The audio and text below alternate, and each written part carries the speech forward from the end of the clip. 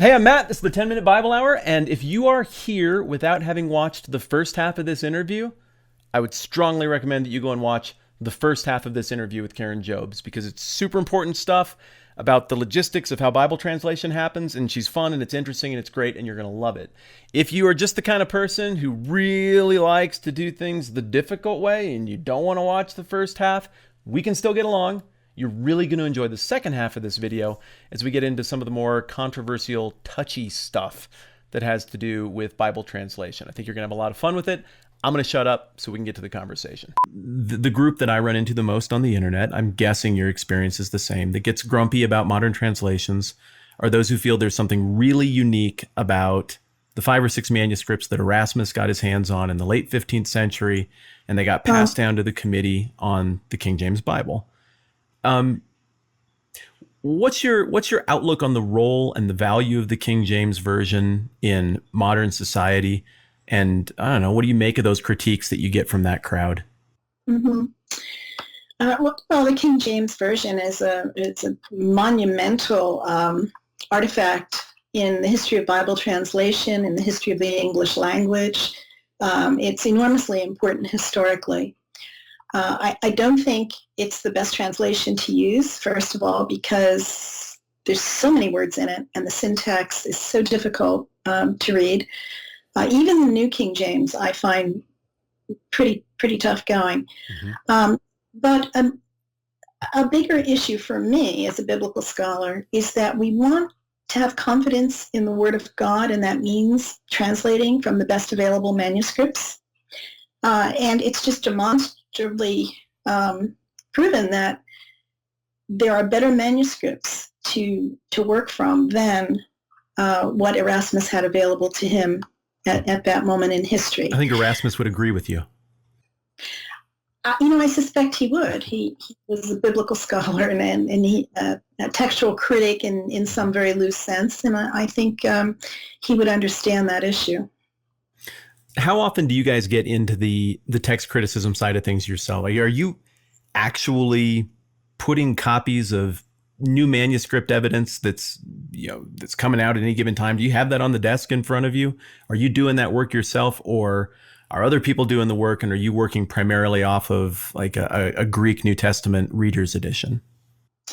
We work from primarily the Nestle Aland version 28 Greek New Testament, critically reconstructed text, and we work mostly for our textual critical work from the critical apparatus of that edition.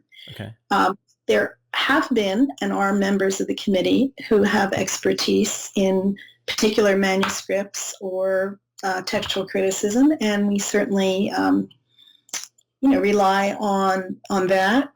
But we don't have ancient manuscripts rolled out on the table in front of us, or photos of them or anything like that. That would be the kind of thing that committee members do in their research time and bring kind of the results of that, the summary of that. We wouldn't have the time to be able to sit there and talk about textual critical, to analyze textual critical issues in the committee. So that has to be done kind of in the study before. Have you ever had a chance to put on the fancy white gloves and go and look at any of those super old manuscripts for yourself? I did that for various projects along the way, not so much for the NIV work, but I do enjoy going to libraries and Claremont, the Manuscript Center at Claremont, and other places. Most of it now is on microfilm or digital, so you really don't have access to the original materials, but that's certainly something I enjoy doing. Well, I think, again, it's Daniel Wallace's project, but the Center for New Testament Manuscript Studies has archived it. You just look at it like a normal idiot like me can just go pull the thing up and do my own hack work on my own. It's pretty cool. Yes. Yeah, and that has really advanced biblical scholarship for manuscripts, to have high-quality digital photographs available for scholars. Is there anything that you're aware of that's coming down the pike that you think might be a pretty major leap forward in the manuscript evidence for any book of the New Testament? I mean, I've heard talk about something that's been in the work on Mark for a few years now. maybe something, I don't know that it's Oxyrhynchus papyri, but it sounds like the same kind of story of, some old mummy mask, and we're somewhere mysteriously, some scholars unraveling these mysteries, and we just sit around with bated breath wondering when that happens. I guess, do you know of anything coming up? Do you get the inside scoop on that stuff when it's happening? I'm not enough in the archaeological world to really have that kind of information at my fingertips, but I don't think we would ever expect to find any manuscript evidence that is going to be totally revolutionary to our understanding of any particular New Testament verse. Certainly, there may be more textual variants that we find if we find biblical manuscripts. Certainly, things like the Oxyrhynchus papyri and other documents that are not biblical but help us maybe to understand vocabulary words better and cultural references and things like that would certainly enrich our understanding of the Bible. But even, if we took even all of the worst textual variants and threw them into the text, there's no doctrine that would change. There's no completely different understanding of any verse or book of the Bible that would result.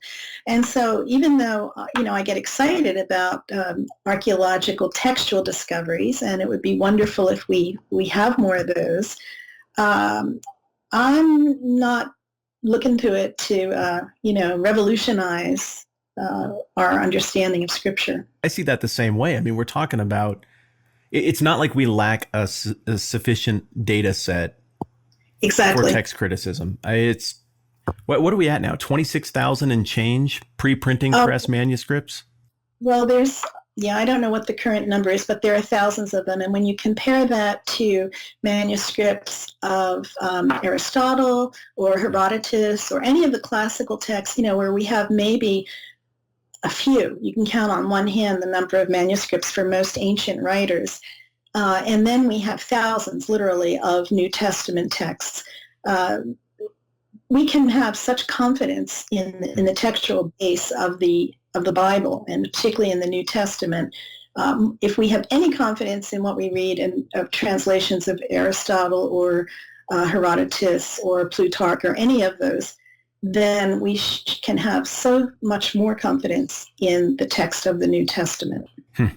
What percent sure are you that the New International Version that people have in their laps on Sunday morning is an accurate reflection of what was written down in the first place? I'm pretty confident, like 98, 99%, I think, because remember, most of the text of the New Testament, there are no variants readings. You can compare all the manuscripts and they agree. There are, tens of thousands of places where there are textual variants, but most of them are very minor and don't really change the sense of the sentence. So with the best manuscripts available and the best textual critical expertise available, and using the best available for understanding English idiom and where English language is going, I think when people pick up their NIV, they can be completely confident that they're reading what the apostles wrote. I found the same, again, as a hack doing work on my own, as what you're saying, that it seems like the theology of Christianity and the meaning of the Bible does not hinge on one secret manuscript that maybe Constantine burned in the fourth. You hear all these conspiracy theories. Right. Again, I think our data set is big enough to dismiss those conspiracy theories. I don't think a bombshell is coming either. Again, this is from the hack perspective. But there are just a few places in the New Testament where it seems like the manuscript evidence for the traditional read hasn't held up as well with modern scholarship. And I'm thinking particularly of the end of Mark, the last chapter of John, which maybe does check out more so, the story of the woman caught in adultery, a couple of key verses like Acts 8:37 with the baptism of the Ethiopian eunuch. What about when those really hot button text and translation issues come up in your committee? What do you guys do with those passages? Yeah. Well, it somewhat depends on which particular one we're talking about, but There's a pretty large scholarly consensus that the John pericope of the woman caught in adultery may have been original material, but it was not originally in that manuscript of John when John wrote it, because we find that pericope in various manuscripts. I think there's one manuscript where it's in Luke. So it floated around, but apparently scribes wanted to preserve it. So it might have happened. It just isn't appearing in early manuscripts of John. Is that what I'm hearing? Right. Okay. Right. And so the NIV and most modern English translations will take the long ending of Mark and that John pericope and others that are we fairly well know that it wasn't originally part of the book in which we now find it, and put that into smaller typeface or different font or italics or something like that. For smaller textual issues, sometimes we will take it out of the main text and put it in a footnote if we are convinced that it was a secondary edition, but that it's a part of the Christian New Testament tradition that people have read for so long, rather than just take it out and everybody would think it was a mistake or something. Yeah. We would either put it in different typeface, or we would put it in a footnote and say the best manuscripts omit this verse or something like that. What about the person who would come back at you and say, "Man, there again, those NIV translation people, they didn't like the language in Acts 8:37 about Jesus is the Son of God, and so if we don't have this verse, then as Christians, do we no longer believe that Jesus is the Son of God?" Yeah, well, as I said, there's no point of doctrine, including the deity of Christ, that is taught so thoroughly throughout so many verses of every book of the New Testament that it's just silly to say, well, if there's one verse that talks about Jesus as Son of God that wasn't original, then that means that we shouldn't believe that doctrine. So I think there's a real misunderstanding of ancient texts and how they've been transmitted to us, as well as some, maybe caricaturing of the scholarship that goes into producing the English translations. And of course, people who criticize the New Testament have to examine their own hearts as to why are they doing it. Is there something in them that they don't want to believe that Jesus is the Son of God? I mean, we all come with our presuppositions and our attitudes and our biases. And so, to me, that argument just doesn't stand up at all. Do you guys, like when you get together for the annual softball game against the ESV translation committee, do you guys laugh about this stuff, like when you're leading off first base? Or how much of the people who actually publish this, Zondervan, the money people, are they in the room? Do they check in with you all the time? Do they have a vote? Do they get a say in what's going on with this? No, the NIV is produced by this Committee on Bible Translation, independent, self-perpetuating committee of biblical scholars. There are actually 4 entities who are involved in the production of the NIV. There's the CBT, who does the translation. There's Biblica, formerly known as the International Bible Society, who financed the translation and who hold the copyright on it. Then there's Zondervan, who is our North American publisher, who licenses the text from Biblica and prints and distributes it. And in the UK, there's Hodder Stoughton, who also licenses the text from Biblica and prints a UK edition with some slightly anglicized revisions made. And those are done by a UK subcommittee of the Committee on Bible Translation. The people who we work with, we consider them our partners. We work very well together with these organizations.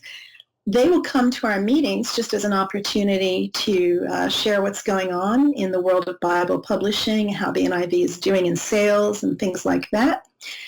But that's kind of more like a business meeting. Some of them, out of their own personal interests, might sit in the room while we're doing a translation session, but they have no voice, certainly no vote. but it's a collegial partnership of all of the people involved, that including, Biblica, Zondervan, Houderstam, who produced the NIV. What would happen if you got to the end of one of these and the Zondervan people were like, we don't like it. Can you change this stuff? Well, that's a very general and hypothetical question. It would really depend on what they didn't like and what they thought should be done. But we had a situation similar, though, to that in the 90s when we were about to produce a revision of the NIV. And there was a huge controversy that was stirred up by World Magazine and Focus on the Family and other folks who just were very adamant that the NIV should not be revised. Those based mainly on the gender accurate pronouns that we were introducing, but just a lot of things. And for a time, Biblica decided not to go ahead with the publication of that edition. And so the publishers do have the say in terms of whether they're going to publish it or not, but they don't get involved in the details of the translation. How is being a part of all of this? I mean, you are in the Bible in a sense. Like you don't, your character doesn't show up, but you're shaping our English understanding of this along with a team of people you respect. Like that's a huge burden, a huge responsibility. You're still going to church on Sunday and listening to somebody up front preach and speak from a Bible you help do the work on translating. I just imagine this whole process has to have had a significant effect on your faith, and I'm just curious what that's looked like. Yeah. Well, when I first became a Christian, back in my junior year of college, I'll let you guess how many years ago that was, I used the NIV. It was brand new, kind of coming out, and soon after I became a Christian, I started to use the NIV New Testament, and I'm just amazed that in God's providence, I would end up being a part of that committee to produce it. And so it's seeing how we get the Bible and understanding that process very intimately has strengthened my faith in the Word of God, that we are reading what the apostles originally wrote. It's been very humbling. It's a great privilege to be involved in this, but it's been very humbling. And it's true, when I went to church after the revised NIV was released, and you would hear it read, and then, this is the word of the Lord, thanks be to God. And realizing that some of those words were words that I had proposed revisions to and convinced the committee to change, or places where I'd really wanted revisions made and was not able to convince the committee. So yeah, it made me realize how God uses ordinary people in his mission, in his redemptive work in the world. And, in every generation, God calls people to learn the languages, the hard work of learning the biblical languages. And when I was in Greek and Hebrew class in seminary, I had no idea. It was a requirement, so I did it because it was a requirement. But I had no idea that it was opening up a whole new world for me. And so, God calls people to the work, and then very, very few Christians get the privilege of being Bible translators. But it's a very essential part of the work of the church. In every generation, to have people who can do this kind of work. And God forbid that, that expertise and that call might ever cease. So, it's a humbling experience, but a privilege, and it has done nothing really but deepen my awe of God and the way he works in the world. Well, thank you for letting us pull back the curtain on it a little bit. I mean, and you remember what this is like because you sat where I was sitting at one point, and you can chip away at it. You went to seminary. You remember some of the stuff that you were supposed to probably pay more attention to in class, but on the whole, I didn't participate in the Bible. I'm outside looking in, and I don't know, you read the little forward, so you kind of have some sense of the thinking that went into it, but to put a face with that, to hear about the human elements, to hear about what you do when you run into a log jam, to hear that you sit in church and think, well, I had a little turn of a phrase. I thought this might express it a bit more strongly, and yet to still receive that as the Word of God. It's just enormously helpful for me, and I hope people who are sitting in on this interview and watching it will glean the same stuff from it that I am. Thank you for letting us into this world a little bit.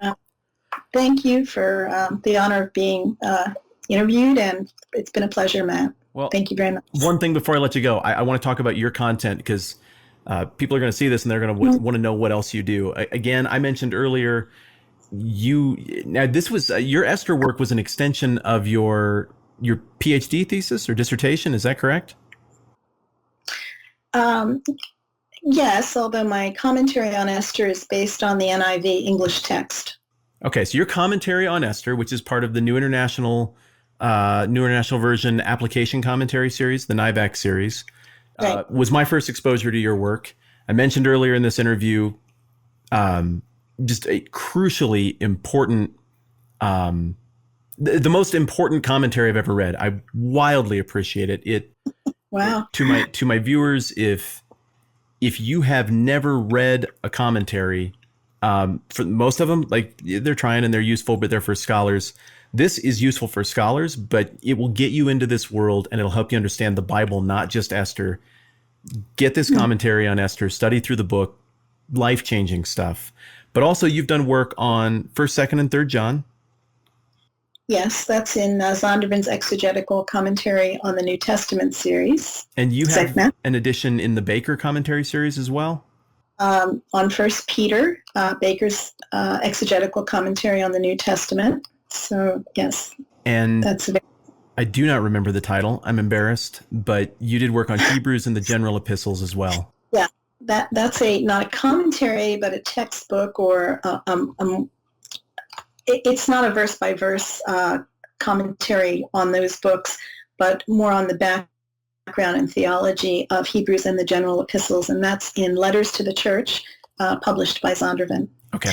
And then there's my more technical work on the Septuagint, the Greek translation of the Old Testament, and that's in a book that was co-authored with Moises Silva called Invitation to the Septuagint.